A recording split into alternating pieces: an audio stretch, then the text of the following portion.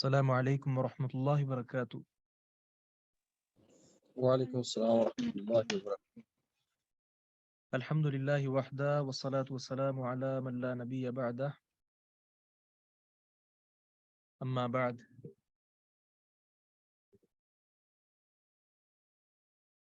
اس course کے حوالے سے آج ہماری آخری نشست ہے۔ اللہ رب العزت اس میں خیر و برکت ڈال دے۔ چند احادیث باقی ہیں کتاب الحیض کی، باب الحیض کی، تو ہم پڑھتے ہیں۔ وعن ابن عباس رضی اللہ عنہما عن النبی صلی اللہ علیہ وسلم، عبداللہ ابن عباس رضی اللہ عنہما سے روایت ہے، وہ نبی اکرم صلی اللہ علیہ وسلم سے روایت کرتے ہیں، فِلَّذِي اس آدمی کے بارے میں، یأتی جو آتا ہے، امرأتہ اپنی بیوی کے پاس، جو آدمی اپنی بیوی کے پاس آتا ہے، وہی اس حال میں کہ وہ حائض حائضہ ہو، حیض کی حالت میں اگر کوئی آدمی اپنی بیوی کے پاس آتا ہے اور اس کے ساتھ ازدواجی تعلق قائم کرتا ہے، تو اب اس صورت میں کیا ہے؟ آپ نے فرمایا کہ یتصدقو، وہ صدقہ کرے گا، بدینار، ایک دینار، او نصف دینار، یا آدھا دینار۔ رواہ الخمسۃ وصححہ الحاکم وابن القطان ورجح غیرہما وقفہ۔ اس میں بہت لمبی چوڑی بات ہے اس روایت کی سند کے حوالے سے، تو ہم دیکھتے ہیں محقق نے یہاں پہ کہا ہے کہ اس روایت کے مرفوع اور موقوف ہونے کے بارے میں اختلاف ہے۔ اصل میں اس کا جو مدار ہے نا، وہ مقسم پر ہے جو ابن عباس کے مولا ہیں، تو ان کو صدوق بنایا جائے گا۔ صدوق راوی جو ہوتا ہے نا، اس کی روایت حسن ہوتی ہے۔ ضمیر نثار کہہ رہے ہیں السلام علیکم شیخ جی، وعلیکم السلام ورحمۃ اللہ وبرکاتہ۔ تو ہم بات کر رہے ہیں کہ جو صدوق راوی ہوتا ہے اس کی روایت علی الاقل حسن درجے کی ہوتی ہے۔ بہرحال اس میں جو اختلاف ہے وہ اس کے مرفوع ہونے میں اختلاف تو ہو سکتا ہے، البتہ اس کا جو موقوف ہونا، یعنی عبداللہ ابن عباس کی اپنی رائے ہونا، یہ بالکل قوی ہے۔ اسی لیے ائمہ نے کم از کم اس کے وقف کو، موقوف ہونے کو صحیح قرار دیا ہے۔ اب اس کے متعلق یہ یاد رکھیے کہ کفارات، کہ فلاں کا یہ کفارہ ہے، فلاں کی یہ سزا ہے، فلاں کا یہ اجر ہے، یہ ساری بات صحابی رسول اپنی طرف سے نہیں کر سکتے۔ یہ بھی اصول ہے کہ ایسی روایت کو حکمن مرفوع کہا جاتا ہے۔ مرفوع کے حکم میں ہوتی ہے ایسی موقوف روایت جس میں کسی کام کے کرنے یا نہ کرنے کا تذکرہ، یا گناہ ثواب کا تذکرہ، کفارے وغیرہ کا تذکرہ ہو، تو وہ روایت کیا ہوتی ہے؟ اگرچہ موقوف بھی ہو، حکمن اس کو مرفوع کہتے ہیں۔ رہی بات کہ حدیث میں آیا ہے کہ یتصدق بدینار او نصف دینار، وہ ایک دینار یا پھر آدھا دینار خرچ کرے۔ بعض روایتوں میں الفاظ ہیں کہ یتصدق بدینار فإن لم یجد فبنصف دینار۔ تو دو طرح کی باتیں ہیں۔ ایک بات تو یہ ہے جو بھی میں نے روایت پڑھی کہ فإن لم یجد فبنصف دینار،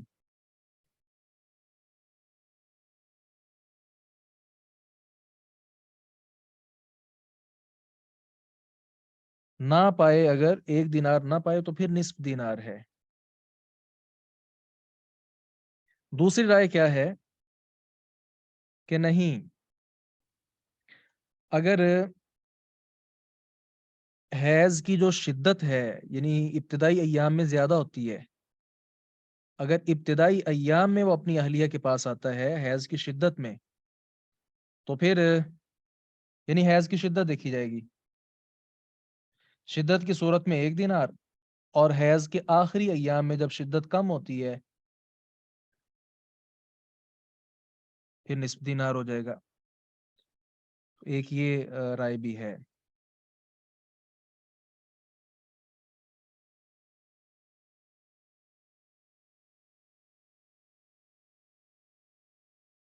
عبد الرحمن لکھتے ہیں کہ وہ، یار اردو میں لکھا کریں، وہ عن النبی بیان کر رہے ہیں تو موقوف کیسے؟ ہاں وہ ایسے ہے کہ اس روایت کا جو مرفوع ہونا ہے نا نبی اکرم صلی اللہ علیہ وسلم سے، اس کو ائمہ کرام نے ضعیف قرار دیا ہے، اس کو ائمہ کرام نے ضعیف قرار دیا ہے، لیکن علی الاقل اس کے موقوف ہونے کو تو سب نے صحیح قرار دیا ہے۔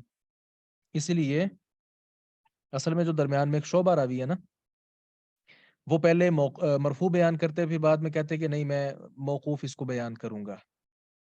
یہ اندر ایک چھوٹا سا اختلاف مزید بھی ہے۔ تو اس اعتبار سے یہ روایت میں نے ذکر کیا کہ ہے تو انشاءاللہ مرفوع ہی، لیکن اگر اس کو موقوف بھی مانے تو پھر حکماً یہ روایت مرفوع ہی ہوگی۔ یہ بات سمجھ جانے کے بعد اب دینار ہوتا کیا ہے یہ فیصلہ میں آپ پہ چھوڑتا ہوں۔ یہ اس وقت آپ کے سامنے کتاب ہے جو اکثر میں آپ کو پہلے بھی بتاتا ہوں، اسلامی اوزان، یہ حفظ ہونی چاہیے سب کو۔ اس میں 18 نمبر صفحے پر لکھا ہے شرعی دینار۔ تو اس میں کچھ چیزیں ذکر کر کے آخر میں اشاری وزن بھی دیا گیا ہے، 4 ماشے اور 4 رتی، یعنی 4 ماشا اور 4 رتی کا 1 دینار ہوتا ہے۔ موجودہ جو اس کا ہوگا، یعنی وہ زرگر وغیرہ سے معلوم کر لیا جائے، جو وزن ہوگا اس کے مطابق آدمی قیمت اس کو ادا کرنا پڑے گی جو اس حالت میں اپنی اہلیہ کے پاس آتا ہے۔ تو ہم آگے بڑھتے ہیں۔ ابو سعید خدری رضی اللہ عنہ کی روایت، انہوں نے فرمایا رسول اللہ صلی اللہ علیہ وسلم نے فرمایا الیسا، کہ ایسا نہیں ہے، اذا حاضت، جب عورت حائضہ ہوتی ہے تو کیا ایسا نہیں ہے کہ لم تصلی، نہ وہ نماز پڑھے گی، ولم تصم، اور وہ روزہ بھی نہیں رکھے گی۔ یہ اس بات کی دلیل ہے کہ حائضہ نہ روزہ رکھے گی اور نہ ہی نماز پڑھے گی، نہ نماز پڑھے گی اور نہ روزہ رکھے گی۔ نماز اور روزہ حائضہ پر نہیں ہے۔ البتہ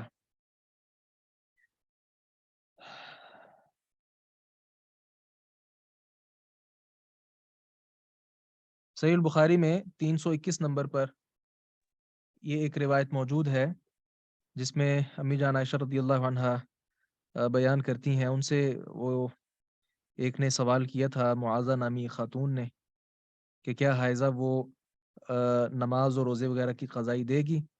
تو امی جان نے فرمایا تھا کہ حروریت انتی، تم خارجیہ ہو، یعنی بڑی سخت بات تم نے کہی ہے۔ پھر انہوں نے کہا کہ نبی مکرم صلی اللہ علیہ وسلم کے دور میں اس حالت سے ہمیں دوچار ہونا پڑتا تو ہم روزے کی قضائی تو دیتی تھیں، ولا نؤمر بقضاء الصلاۃ، لیکن نماز کی قضائی کا ہمیں حکم نہیں دیا جاتا تھا۔ تو معلوم ہوا کہ نماز جو رہ جائے گی وہ نہیں پڑھی جائے گی، البتہ جو روزے ہوں گے وہ رکھے جائیں گے۔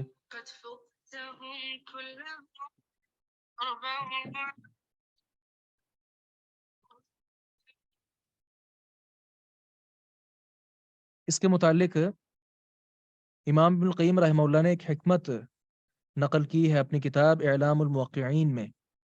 حکمت یہ نقل کی ہے انہوں نے کہ ایام زیادہ ہوتے ہیں تو نماز کی قضائی ممکن نہیں ہے، جبکہ روزے کی قضائی تو ممکن ہے۔ آگے بڑھتے ہیں۔ عائشہ رضی اللہ عنہ بیان فرماتی ہیں کہ جب ہم صرف مقام پر آئے تو میں حائضہ ہو گئی۔ اچھا، یہاں سے یہ بھی بات معلوم ہوئی کہ ان چیزوں میں بہت زیادہ، جو ضرورت سے زیادہ بعض لوگ حیا کرنا شروع کر دیتے ہیں، وہ مذموم ہے۔ اب کتنی وضاحت ہے کہ میں حائضہ ہوئی تو نبی اکرم صلی اللہ علیہ وسلم نے فرمایا افعلی، تم کرو، ما یفعل الحاج، جو حاجی کر رہے ہیں، غیر علاوہ اس کے، اللہ تطوفی، کہ تم طواف نہیں کرو گی، بالبیت، بیت اللہ کا، حتی تطہری، یہاں تک کہ تم پاک صاف ہو جاؤ۔ یہاں سے کیا معلوم ہوا کہ حائضہ جو ہے وہ مسجد میں داخل نہیں ہوگی۔ ظاہر ہے طواف اس میں شامل ہے کیونکہ طواف مسجد کے اندر ہی ہوتا ہے۔ تو یہ حدیث بھی اپنے معنی میں بالکل واضح ہے، حائضہ کا مسجد میں داخلہ بالکل ممنوع ہے، باقی کام حج والے جو ہیں وہ کریں گی۔ معاذ رضی اللہ عنہ کی روایت کے انہوں نے رسول اللہ نبی مکرم صلی اللہ علیہ وسلم سے سوال کیا تھا، ما یحل للرجل من امرأته، آدمی کے لیے اس کی بیوی سے کیا چیز حلال ہے جبکہ وہ حائضہ ہو؟ تو آپ نے فرمایا تھا ما فوق الازار، جو ازار کے، تہمت کے، لنگوٹ وغیرہ ہے جو بھی باندھا جاتا ہے، انڈر ویئر وغیرہ، اس کے اوپر سے وہ فائدہ اٹھا سکتا ہے۔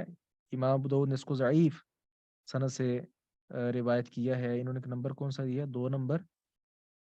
تو سعد کے حوالے سے انہوں نے لکھا ہے کہ یہ اس کی کسی ایک نے بھی توثیق نہیں کی. حافظ ابن حجر رحمہ اللہ نے فرمایا کہ سعد میں کی کسی نے توثیق نہیں کی، یعنی سکا راوی نہیں ہے یہ. تو روایت یہ ضعیف ہی ہے، لیکن پہلے ہم پڑھ چکے ہیں کل کی مجلس میں.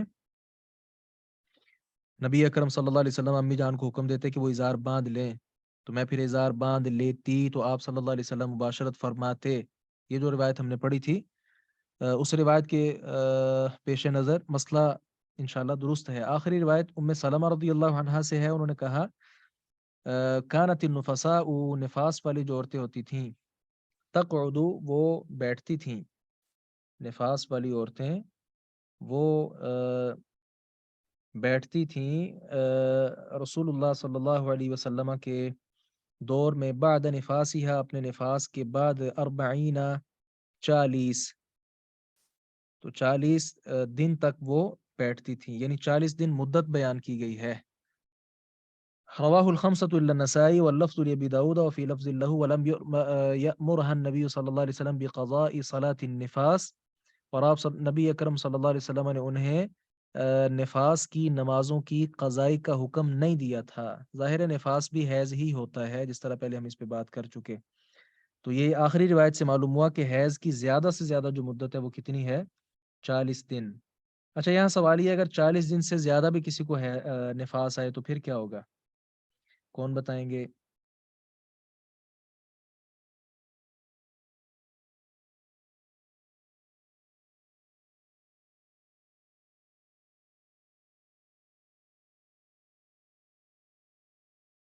جی،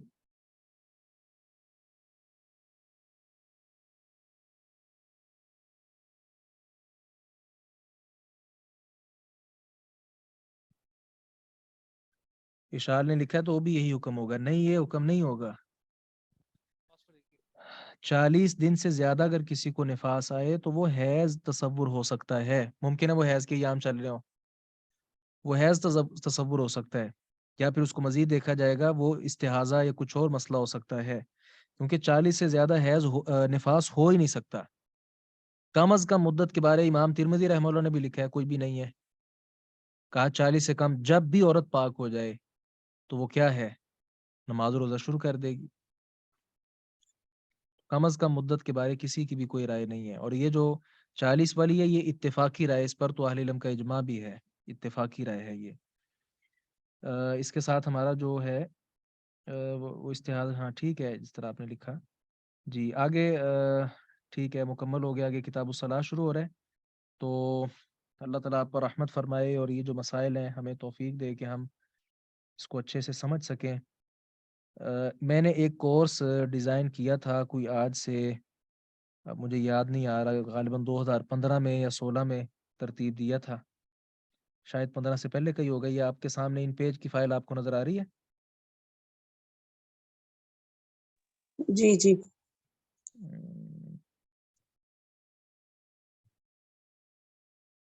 طہارت کے مسائل، یہ سوالن جواباً ہے. میں نے اس کا کورس بھی کروایا ہوا ہے بطور خاص مساجد میں بھی اور خواتین کے حلقہ میں بھی. میری جو بہنیں ہیں ماشاءاللہ وہ بھی معلمات ہیں، تو یہ انہوں نے بھی کورس اپنے اپنے چھوٹے چھوٹے اداروں میں باقاعدہ انہوں نے کروایا ہے اور اس کا سرٹیفکیٹ بھی جاری کیا ہے.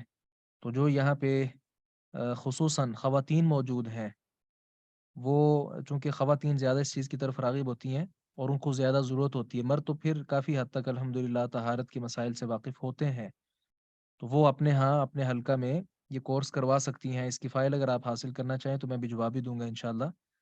اور اگر مرد بھی یہ لینا چاہیں اور اپنی مسجد میں، اکیڈمی میں یا خود ہی پڑھنے کے لیے اس کو لینا چاہیں تو انشاءاللہ یہ فائل ہم دے دیں گے.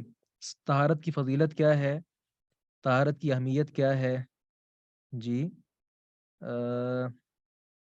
آپ دیکھتے جا رہے ہیں ہر حدیث، جیسے صحیح البخاری کتاب الحج آگے باب ہے اور اس کے بعد حدیث کا نمبر ہے، مکمل تحقیق کے ساتھ ہی لکھا تھا الحمدللہ. طہارت کا حکم کیا ہے؟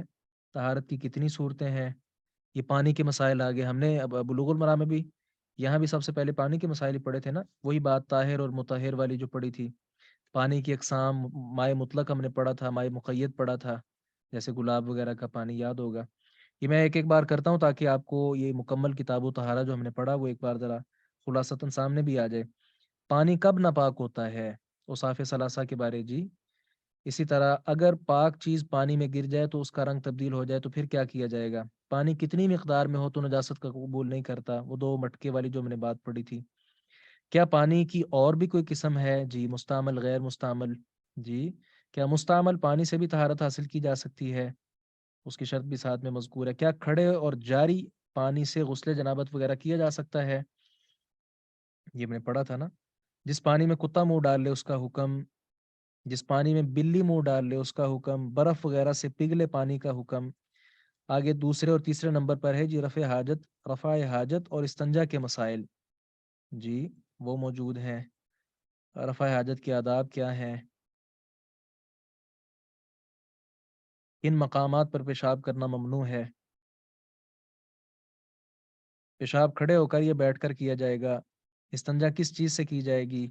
اگر پانی میسر نہ ہو تو کون سی اشیاء سے استنجا کرنا ممنوع ہے؟ 5 چیزیں. قضاء حاجت سے فراغت کی دعا. نجاست دور کرنے کے مسائل. ازالت النجاسہ جو ہم نے پڑھا تھا. نجاست کی کون سی اقسام ہے؟ نجاست کس سے زائل کی جائے گی؟ نجاست وغیرہ کس ہاتھ سے زائل کی جائے گی؟ شیر خوار بچے اگر پیشاب کر دیں تو، اگر کپڑوں پر منی وغیرہ لگ جائے تو طریقہ. حیض آلود کپڑے کو کیسے صاف کیا جائے؟ جوتے پر لگی گندگی کو کیسے صاف کیا جائے؟ اہل کتاب کے برتن استعمال کیے جا سکتے ہیں؟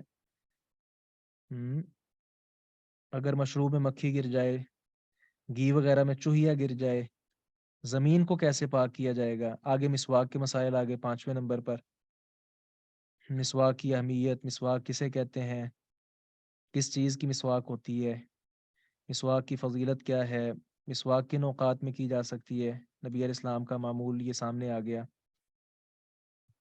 مسواک کس درخت سے کی جائے؟ اللہ اکبر. کس ہاتھ سے کی جائے؟ مسجد میں کی جا سکتی ہے. مسواک کی لمبائی کتنی ہو؟ فوائد کیا ہیں؟ آگے وضو کے مسائل آگے.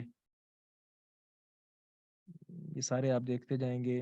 داڑھی کی خلال، گردن کا مسح، تیمم بھی اسی میں شامل ہے. اللہ اکبر کبیرہ. موزوں اور جرابوں پر مسح کے مسائل 7ویں نمبر پر. یہ بھی ہم نے پڑھا تھا چیپٹر. غسل کے مسائل 8ویں نمبر پر. غسل کسے کہتے ہیں؟ مسنون طریقہ بھی ترتیب لکھا ہوا ہے. غسل حیض کا طریقہ کیا ہے وہ بھی تفصیل سے ہے. غسل کی اقسام. جمعے کے دن کو غسل پہ یہاں پہ تفصیلاً بات ہے. کیا عورت کو بھی احتلام ہوتا ہے؟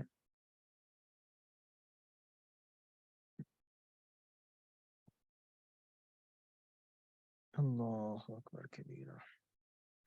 غسل خانے کے ساتھ بیت الخلاء بھی ہو تو پھر کیا کیا جائے گا؟ 9ویں نمبر پر ہیں جی تیمم کے مسائل. تیمم کا طریقہ. نواقض تیمم کیا ہیں؟ 10ویں نمبر پر حیض کے مسائل جو ہم نے بھی پڑھے ہیں. کیا حاملہ کو حیض آتا ہے؟ ویسے یہاں کیا لکھا؟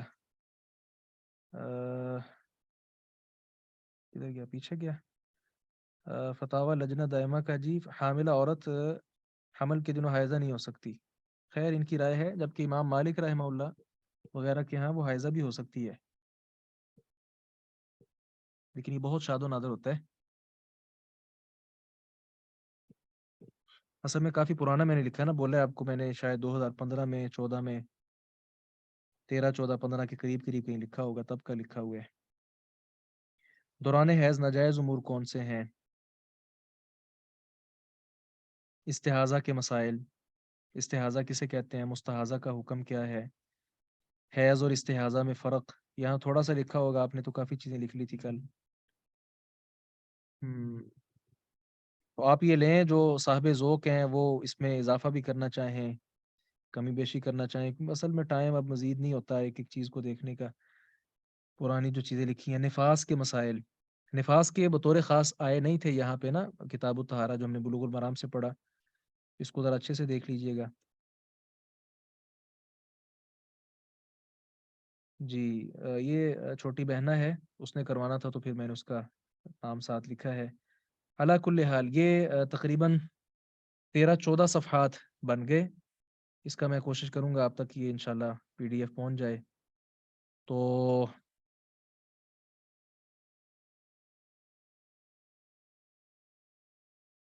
یہ کورس شروع کرتے ہوئے مشورہ ہوا تھا اور اس میں یہ طے پایا تھا کہ آئندہ کورس جو ہے وہ ہم صحیح بخاری سے کتاب النکاح کا انشاءاللہ کریں گے.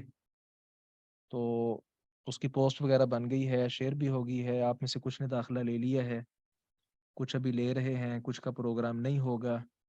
جی تو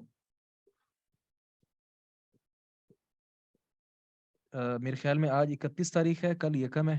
اللہ نے چاہا تو کل سے ہم انشاءاللہ کتاب النکاح سے آغاز کریں گے. اس کے لیے بہت بہتر ہوگا کتاب النکاح جو صحیح بخاری سے ہے اس کے آپ پرنٹ لے لیں، جو عربی ہے نا ٹیکسٹ، اس کے پرنٹ لے لیں اور وہ ساتھ رکھ لیں، کچی پینسل ساتھ استعمال کیا کریں. اللہ نے چاہا تو انشاءاللہ کل کی مجلس جو ہوگی کتاب النکاح من صحیح البخاری، اس میں انشاءاللہ ہماری ملاقات ہوگی. اللہ تعالیٰ آپ سب کو خیر و برکات سے نوازے، خوش و خرم رکھے، کتاب و سنت کا مرتے دم تک شیدائی رکھے، خادم رکھے. اقول قولی هذا استغفر اللہ لی ولکم ولسائر المسلمین. جو ہم نے پڑھا اگر اس میں جو سچ ہے حق کے اللہ رب العزت کی طرف سے ہے، خطا یقیناً عثمان اور شیطان کی طرف سے ہے، اللہ رب العزت اصلاح فرمائے.